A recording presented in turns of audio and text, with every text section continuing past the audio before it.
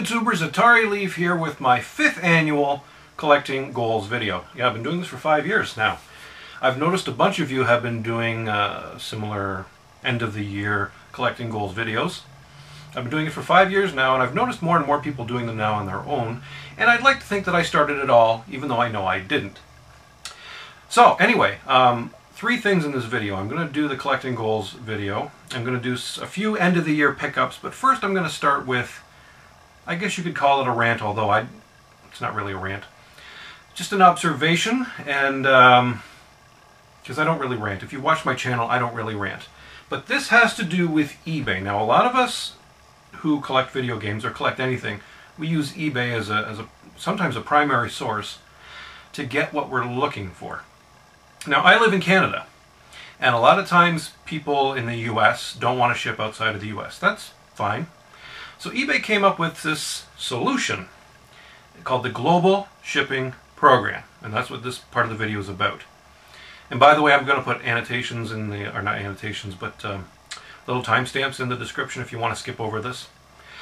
The Global Shipping Program, they use a company called Pitney. Now basically, if you're unaware, what they do is a US seller who doesn't want to ship outside of the United States because of having to deal with all the customs forms and all the headaches of possible lost packages, ironic, will use this system. Now they ship it to somewhere, I believe in Kentucky. And this Pitney company does all the custom stuff and then forwards it to the buyer anywhere in the world. In theory, sounds like a great idea. In practice, not so much. And I'll give you my experience, my latest experience. And I'll actually read the email because this floored me, what happened here. And a couple of reasons why Pitney is a bit of a scam, a bit of a fraud. And also, if you want to look up a really good example of what Pitney does, look up Luke Morris 1's video on the subject. It's really eye-opening. So, sometime in November, I ordered this PC game that I've been wanting to get from a US seller. The US seller used the Global Shipping Program. Red flag. I've already lost one package earlier this year from Pitney from the Global Shipping Program. I've already lost one, so I'm leery on using it again. So I asked the seller, I'm willing to buy this. It was a buy it now. However, before I commit to it, would you be willing to ship it to me directly and foregoing the Global Shipping Program? They said no problem. Great. I did a buy it now. They sent me an invoice with the shipping total directly to me here in Ontario. So I paid it. No problem. Next day, I get an email with tracking information. Wonderful. I look up the tracking information, and the tracking number is a Pitney tracking number. They didn't send it directly to me. I don't know what happened. Okay, we'll let it go. Hopefully there's not a problem. After a couple of days, it reached Kentucky, the Pitney shipping center in Kentucky. At that point, tracking stopped. Now they give you an estimate of the tracking from, like, they estimate the date, so from November, say, 15th to December 6th. So in that time frame, I'm checking every day for updated tracking, nothing. December 6th comes around, and still no package, still no updates, nothing. So I contact the seller and ask them, where is my package? Do you have any information on what happened? I'm going to read you the email here on my trusty laptop. Okay. Jeremy, that being me. Here's all that I know about the situation. Around Thanksgiving, US Thanksgiving, I received a call from a, we'll say, John Doe in Ontario who received your package, my package. Apparently, they did not send it to your address, but rather looked at the return address and sent it to a John Doe in Canada. So they haven't heard anything of it, and so they go on to say they give proof of receipt to eBay and that they're going to contact me to settle the issue. This makes no sense to me. So basically what they're saying is Pitney got it. The shipping company got it. They took the package, and here's one of the problems. they don't just open the package and check it out and then put the custom stickers on it and reseal it and send it. No, no, no, no! And this is one of the big, I call it a scam, of Pitney Bowes. So let's say you paid 15 bucks to ship something, and it comes, you know, the seller shipped in a box like this to really protect it. All kinds of bubble wrap, all kinds of peanuts and packing material, so that it gets safely to you. What Pitney Bowes does to save money, they don't just open the package and check it. They take the item out. And they put it in as small a box as they can, with little to no packing material. And they do that so they can save shipping money. So even though maybe you paid 15 bucks to get this thing packaged properly and shipped to you safely, no. They take it and put it in a small box and ship it to you. And again, if you look up that Luke Morris video, and I'll leave a link to it, that's what happened to him. He had a couple of arcade boards that were packed properly because he contacted the seller. The seller said, "That's not the package I sent you," because he took a picture of it. They sent him an arcade board and basically what was like a thin little cardboard thing with no packing material. It's an arcade board. Of course it's going to get smashed going from the US to Japan. So that's what happened here with my package.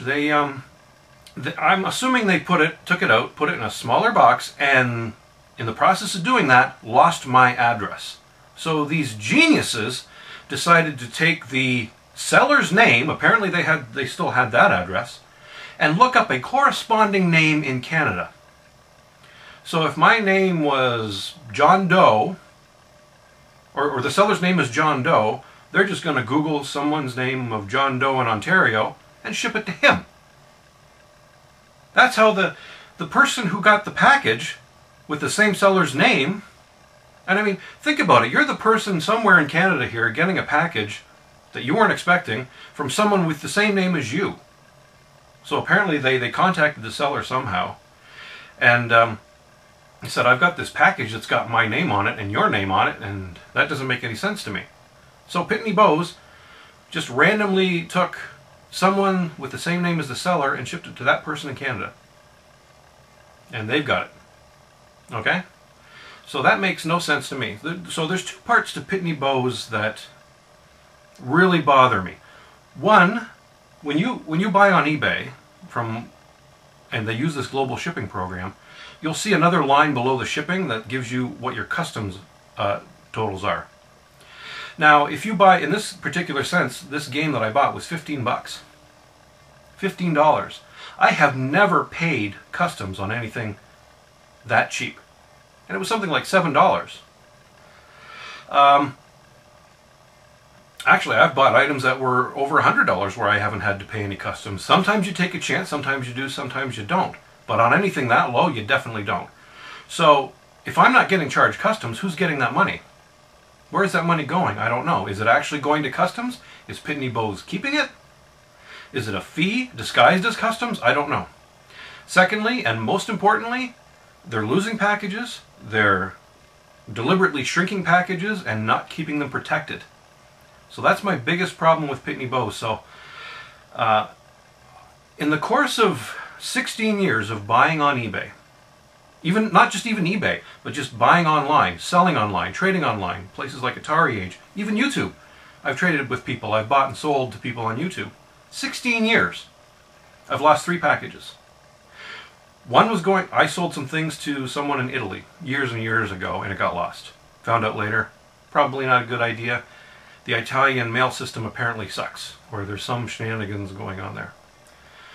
One of 3 packages was that one. The other 2 were both from the global shipping program this calendar year. So I will never use them again. So I recommend to you, if you're buying something on eBay, don't buy from any US sellers that use it. And if you are a US seller and you're shipping outside of the US, don't use it. Because it's going to cause you headaches too when that package gets lost. Whew. That was a long-winded rant. Okay.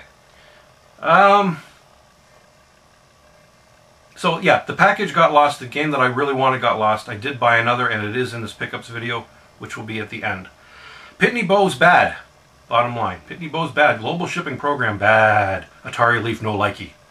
Okay, collecting goals. Let's move on to something a little bit more fun. For 2015, well, what were my 2014 goals, first of all? An Atari 800, still haven't gotten one.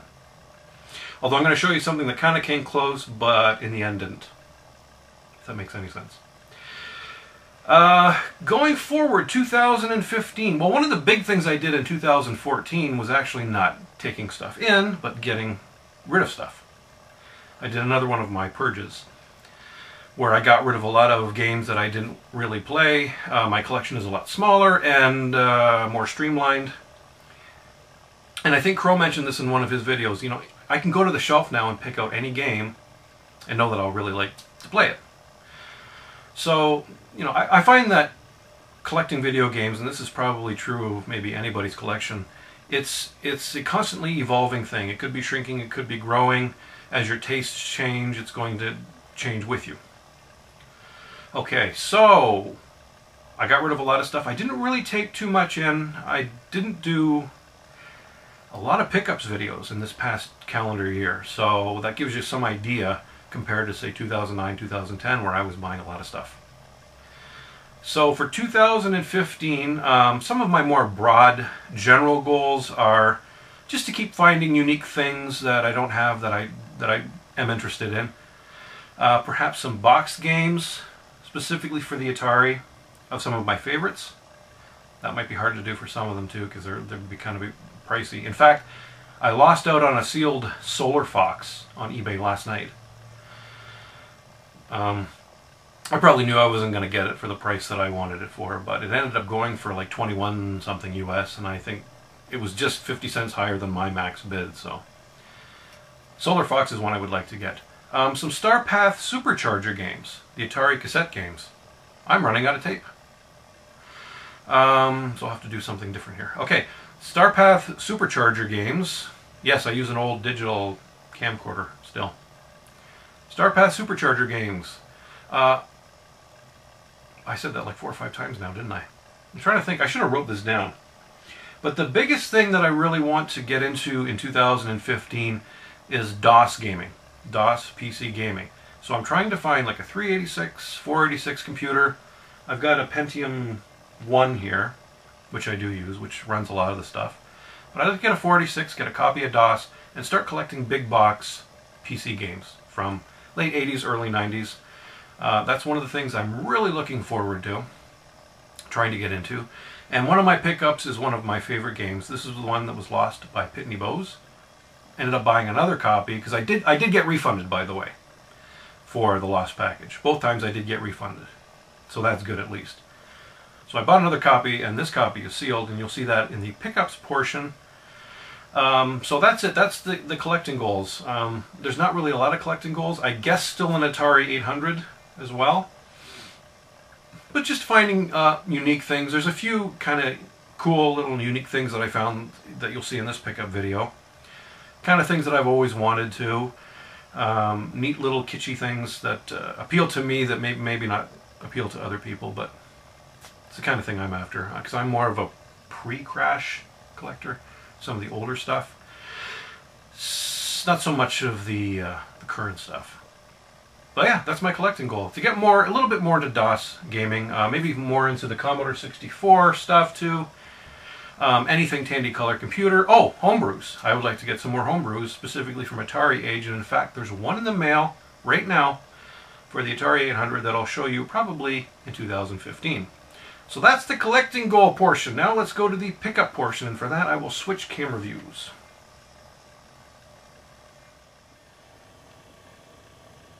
Okay, it's working. This is the pickups portion of the video. This game room of mine is not really optimally set up for sitting and doing things right now. Okay, pickups. See, yeah, where to begin? Okay, yeah, sure, why not? This little guy I picked up, and these pickups are going back to about, when was my last picked up video? October? September? There's a few months worth of stuff here. Anyway, here's the first thing. Found this at Value Village, and I believe this was in a bag with another little electronic game for $2.99. So basically $1.50 for this little guy. This is called the, what is it called? Go Pinball Shaky Action. It's a little LED game from 1994 by Tandy. And you know I love my Tandy stuff, my Radio Shack stuff. What's cool about this, I don't know whether you're going to be able to see it or not. You can see the screen, but it actually shakes. Oops. Lights up. And when it hits the bumpers and stuff, it shakes. It's almost like it's got a rumble pack feature in it. And it works well. It's going to be hard to see it on camera, but when you're playing it, you can see what's going on. It's a neat little thing. This is the kind of cool little thing I like to have in the collection, and it has awesome music, as you can see. Yeah, rumble pack little LED pinball game. I thought that was kind of cool. Value Village, $1.50. Same Value Village, I picked up this gold Wii Classic controller. I think that was $6, $5 or $6. I think this is from there was a GoldenEye game for the Wii, correct? And I think this came bundled with it. There was no game there, this was just sitting by itself. But another classic controller for the Wii, sure. Why not? Now, one system I'm going to be getting into, no, I'm going to do something else first. On Kijiji, which is like Craigslist here in Canada. Some guy was selling a bunch of games, a couple Wii games, one Xbox game, and some DOS games. Now, in my collecting goals thing, I said I was wanted to get more into DOS games.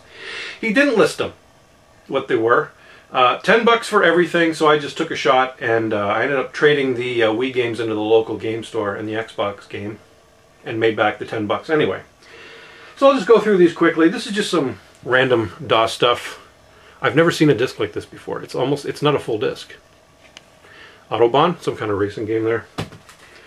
Starflight 2 for DOS by Electronic Arts, just in the envelope. So there's nothing really spectacular here, but some stuff I want to try when I do get that DOS machine. Enemies from Space, it's a Space Invaders game. Shadowcaster, that's a classic, right? These were kind of cool. I remember these being sold at Big V. These are the shareware, and these are still sealed. I'm not going to go through everything. RoboCop, was it called RoboCop Warriors, this one. And this one's called Psy-Re 2. They're still sealed. And they're little cellophane. There are these little shareware discs you used to buy in the 90s, right? Combat, Flight Simulator 2, Microsoft. Arcade games, family games. Here's one. Mad Dog McCree. Those early FMV games, right? Virtual Squad, right? Like Virtua Cop. Sega PC. We've got Virtua Fighter 2 for the Sega PC. This is called Samurai Showdown 2. Shareware version of Womb Raider. This is still sealed too. War Games collection. Some really old DOS stuff on there. The Blaster collection, which has Wolfenstein on it, the original. What is this? Oh, that's a burnt game. Jeopardy! Life! And then finally I got this DOS game from Brett. Star Trek A Final Unity. I love those old Star Trek adventure games. That's one of the kind of DOS games I want to get to, is some of the old adventure, point-and-click adventures, like especially the LucasArts stuff. That's something I should have mentioned in my collection goals video. I really want to get some of the LucasArts stuff, like Full Throttle and The Dig and Day of the Tentacle and Maniac Mansion and Sam and Max, that kind of great stuff. Okay, got a couple of PlayStation 2s, but no PlayStation 2. I got a couple of PlayStation 2 games, but no PlayStation 2. Should have mentioned that in the collecting goals video too. Do you see I don't really script these videos? I need to get a PlayStation 2. I bought these two games because they're ones I really wanted to get. This one was from eBay, pinball game. I love me my pinball. Flipnik, still sealed, haven't opened it yet. Have no reason to because I don't have a PS2 yet. Love pinball. And one of my favorite racing series of all time, and I've heard great things from other YouTubers about this. $8 at the game store, which isn't bad considering what I see it goes for. Outrun 2006. Coast to Coast. Alright. This was the game that got lost in Pitney Bowes, but I had to go buy another copy. This one is sealed, and I don't know whether I'm going to bother opening it, but this is my probably my favorite DOS racing game of all time. Metal Jesus Rocks just got a copy of this too, Metal Jesus. Sunriver, Spectrum Holobyte game, which is a lot like Race Driving and Hard Driving, and you get to customize it and Build your own courses. Classic Game Room did a great video on this a while back, a couple years, maybe. But yeah, love this game. Still sealed. Probably one of my favorite DOS games of all time. Certainly my favorite DOS racing game. Stunt Driver, Spectrum, Hollow-Knight. Okay, what's next? Okay, let's get into some of the bigger things. No, well, we'll do these first. No, well, yes. eBay bought some Atari 8-bit cartridges. Now, it was a lot of 8 cartridges, and there was 3 in the lot that I really wanted.